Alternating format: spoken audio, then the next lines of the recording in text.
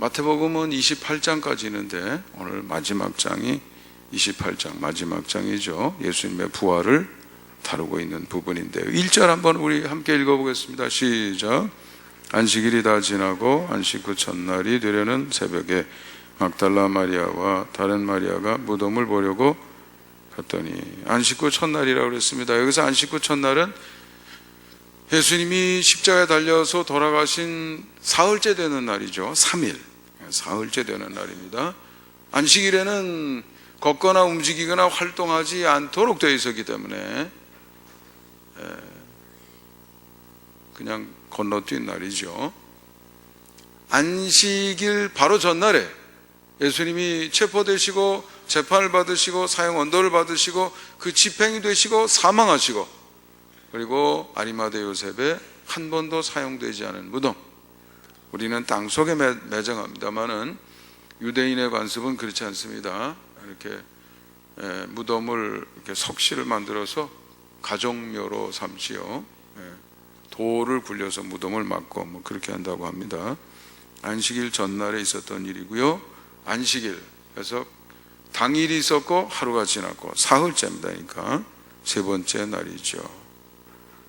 막달라 마리아와 다른 마리아, 두 사람인데 이름이 다 마리아입니다. 예수님이 돌아가셨지만, 제가 지난번에도 얘기했지만은 사실 부활하신다 얘기했지만 한 번도 경험해 본 일이 없고, 그 당시 사람에게는 듣기는 들었어도 그 말의 의미가 남아있진 않습니다. 그런 기대조차 하지 않았어요. 여러분이 듣는다고 들리는 게 아니에요. 본다고 보이는 것이 아닙니다. 여러분의 뇌가 감지해 주지 않으면 다 스킵되게 돼서 지나가게 돼서 없는 거예요. 건강하게 살고 아름답게 살고 탁월하게 살고 번영하며 살고 능력 있게 사는 길이 아무리 있어도 보이지 않는 사람에게는 없는 것과 똑같아요. 엠마오로 가는 제자들, 부활하신 예수님이 오셔서 같이 걸어가셨는데 못 알아봤어요. 예수님과 그렇게 오랜 시간 같이 지냈는데도 불구하고 그 음성 한두 번 들은 것이 아니거든요. 하루 이틀 들은 것이 아닙니다. 그런데도 못 알아봤어요. 왜냐하면 제자들이 낙심이 되어서 엠마오로 가는 그 뇌 속에는 예수님은 어떤 분으로 단정이 되어 있었느냐 하면 돌아가신 분, 무덤 속에 계신 분, 그렇게 단정을 했기 때문에 옆에 오셨어도, 그렇게 많이 듣던 음성인데도 못 들었던 것이죠. 유대인에게 메시아는 와서 외세를 몰아내고 다윗 왕조를 다시 회복하는 강력한 정치적이고 군사적이며 영적인 그런 존재로 인식이 되었습니다. 제자들이 모든 것을 걸고 예수님을 따른 것은 이분이 그 분일 가능성이 있다고 하는 생각이 있었기 때문인 것이죠. 그래서 예수님이 이번에 가면 죽는다, 그 말이 귀에 안 들어와요. 들었어도 남지도 않아요. 무슨 뜻인지도 몰라요. 그게 우리의 모습입니다. 그래서 우리가 우리의 마음 관리를 잘 해야 된다는 것입니다. 그러나 본문에 나와 있는 여인들은 좀 달랐습니다. 예수님에 대한 애정이 있었기 때문에 아직 부활하신 주님에 대한 믿음이 있는 것은 아니지만 누구보다 먼저 예수님의 무덤을 찾아왔다는 것이죠. 사모하는 마음 때문에, 견딜 수가 없어서. 안식일에는 규례가 그러니까 움직일 수는 없었지만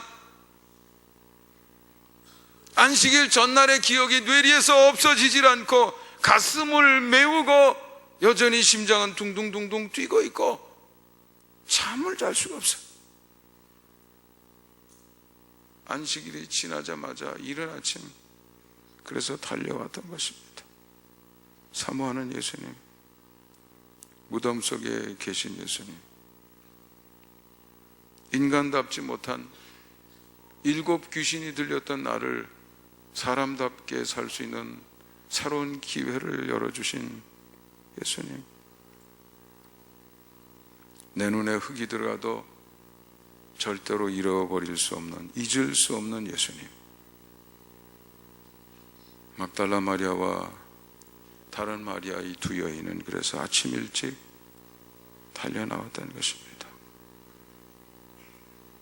그리고 오늘 본문에 의하면 부활하신 예수님을 제일 처음에 체험한 사람들은 12제자도 아니고 바로 이 두 사람의 여인이었다는 것입니다. 주님의 은혜, 사랑, 역사하심을 체험하기를 원한다고 하면 여러분에게 막달라 마리아의 열정을 품으시기 바랍니다. 여러분 마음속에 주님을 향한 열정만큼 주님의 사랑이 느껴집니다. 주님이 보입니다. 주님이 활동하시는 것이 간파가 됩니다. 그분의 음성이 들려지고 분별이 됩니다. 이해가 됩니다. 순종할 수 있는 용기가 나게 됩니다. 그리고 그런 만큼 여러분의 삶에 진보가 생기고 체험이 생기고 여러분의 마음의 변화가 생기고 삶의 변화가 생기고 그것이 하나하나 축적이 되어서 여러분은 새로운 운명의 존재가 될 것입니다. 열정이 있으니까 오고 따라다니고 배우게 되고 변화되게 되고 새로운 삶을 살아가게 되는 것이죠. 주님을 많이 생각하시고 자주 가까이 가시기 바랍니다. 마음으로 늘 가까이 가세요. 다른 일을 하면서도 가까이 가세요. 주님의 말씀을 기억하세요. 입에서 떠나지 말게 하세요. 그분이 특별히 이래라 저래라 하신 것은 가슴에 새기고 행동으로 해보세요. 여러분의 삶이 달라지게 될 것입니다. 요즘 21번의 특별 기도회가 있었습니다만 제가 아침에 저기 앉아서 있으면 여기 헌금, 특별송 할 때 우리 전도사님이 헌금 봉투를 가져옵니다. 내가 깜짝 놀랐어요. 제가 그걸 헌금 봉투를 받아서 끝을 이렇게 맞추고 있는 거예요. 고무줄을 가운데다 이렇게 맞추는 거예요. 봉투 끝이 접히지 않은 건 제가 다 접어서 이렇게 딱 맞추는 거예요. 내가 왜 그럴까? 우리 집사람하고 오래 살았더니 나도 모르게 그렇게 됐어요. 우리 집사람이 꼼꼼해요. 서랍 안에 물건 하나도 흐트러진 게 없어요. 근데 우리 집사람은 왜 그렇게 됐냐면 우리 장인이 또 그래요. 길 가다가도 쓰레기가 있으면 주워요. 그리고 쓰레기통에 버리고 가시는 분이에요. 여러분이 주님을 가까이 하면 할수록 주님의 영향을 받게 될 줄 믿습니다. 막달라 마리아처럼 사모하는 마음, 간절한 마음, 그냥 있고 싶어도 있을 수 없는 마음, 그런 마음이 부활 주님을 만나는, 대하는 여러분들의 마음이 되시기를 주님의 이름으로 축원합니다. 우리 2절부터 4절까지 한번 읽어보겠습니다. 시작. 큰 지진이 나며 주의 천사가 하늘로부터 내려와 돌을 굴려내고 그 위에 앉았는데 그 형상이 번개같고 그 옷은 은같이 그늘 지키던 자들이 그를 무서워 떨며 죽은 사람과 같이 되었더라. 무덤을 지키던 사람들은 놀래가지고 공포에 시체처럼 돼서 널브러져 있어요. 그리고 돌문은 열려 있어요. 그리고 청년 같은 존재가 이렇게 딱 있는데 오늘 보니까 그 형상이 번개 같다고 그랬어요. 그리고 옷은 희고 천사들이죠. 부활하신 그 장면입니다. 부활은 이론이 아닙니다. 누가 앉아가지고 꾸며낸 이야기가 아니에요. 현장에서 전혀 그러리라고 생각하지 못했던 사람들이 그것을 바라보면서 깜짝 놀라서, 여러분 마태복음 28장 조금 읽다가 보면 부활하신 주님을 바라보면서도 여전히 의심하는 사람이 있었대요. 이건 들어보지도 못한 일인데 이거 맞는 거야 이거?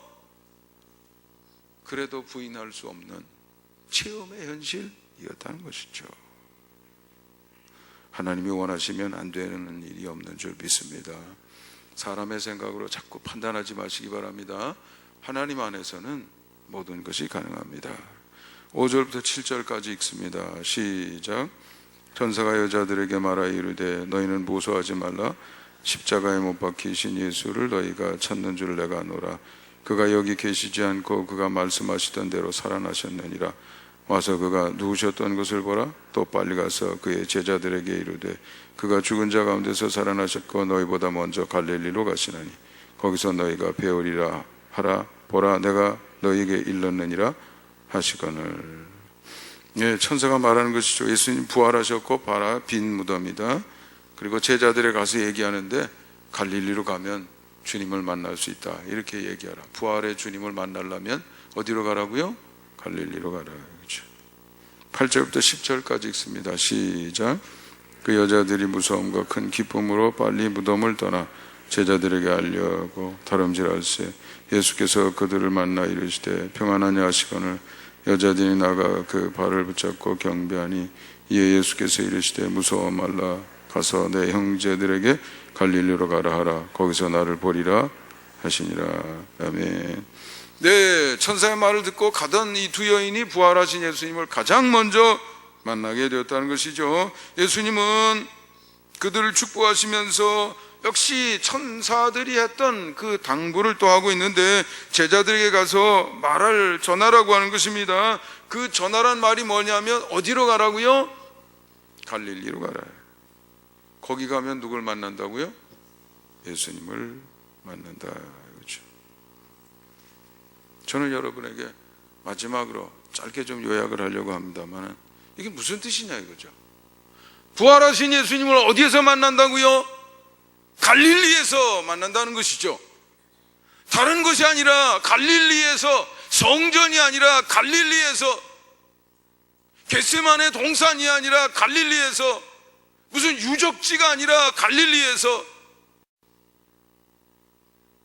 당시 로마 사람들이 저 바닷가에 저도 가봤습니다만은 가이사랴 그런 데 가보면 그 당시에도 바다에 돌을 깎아서 거기에다가 다 수영장 만들어 놓고 원형 경기장 만들어 놓고요, 음악당 만들어 놓고, 물이 없으니까 수십 킬로 떨어진 데서 수로를 만들어 가지고요 높게 해서 물을 걸리고 오게 어마어마한 공사를 해서 그렇게 화려하게 진해 만들어 놓은 데였어요.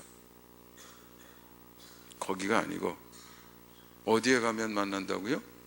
갈릴리. 그게 무슨 뜻일까요? 무슨 뜻입니까?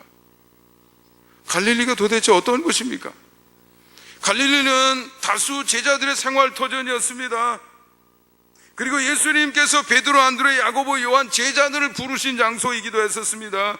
그리고 예수님이 가장 많은 시간을 보내면서 사역하시던 장소였습니다. 예수님의 사역의 센터였지요. 그리고 마지막으로 제자들을 보시고 부활 승천하시면서 땅끝까지 이르러 복음을 전하라고 지상명령을 주신 곳도 바로 그것입니다.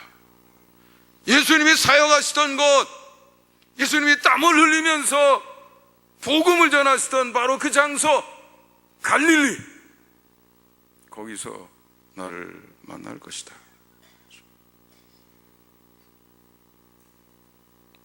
예수님의 관심을 보여줍니다. 첫 번째로 예수님의 관심은 그의 사역이에요. 무슨 사역이요?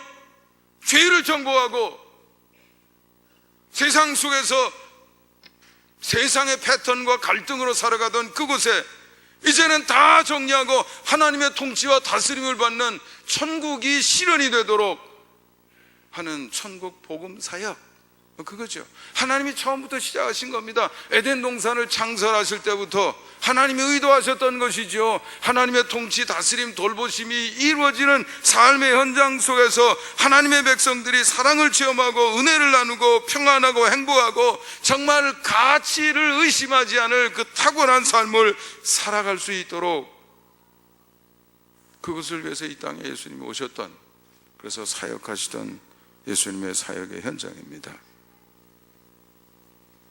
여러분이 예수님을 체험하려고 하면 바로 그 사역의 현장에서 땀 흘리는 자가 되어야 될 줄 믿습니다. 뿐만 아니라 두 번째로 이 말씀은 나는 내가 시작한 사역을 위해 씨름하는 현장에서 언제나 나도 일하고 있을 것이다, 그런 말씀으로 이해해도 될 것 같아요. 갈릴리에서부터 제자들이 이제 일을 시작하게 될 텐데, 지상명령 순종의 길을 나서게 될 텐데, 걱정하지 마라, 내가 먼저 가서 지금 다 일하고 있다, 너 오면 만난다 이거, 거기서 만난다 이거죠. 내가 일해야 될 그 자리에 함께 일하는 나를 만나게 될 것이다. 하나님은 우리를 버려두신 분이 아니에요. 전에는 진공 그러면 아무것도 없는 곳인 줄 알았어요. 근데 최근 양자물리학의 연구에 의하면 진공이라고 하는 그 부분을 연구를 해보면 실상 에너지로 가득 차 있다는 거예요. 아무것도 없는 곳은 없어요.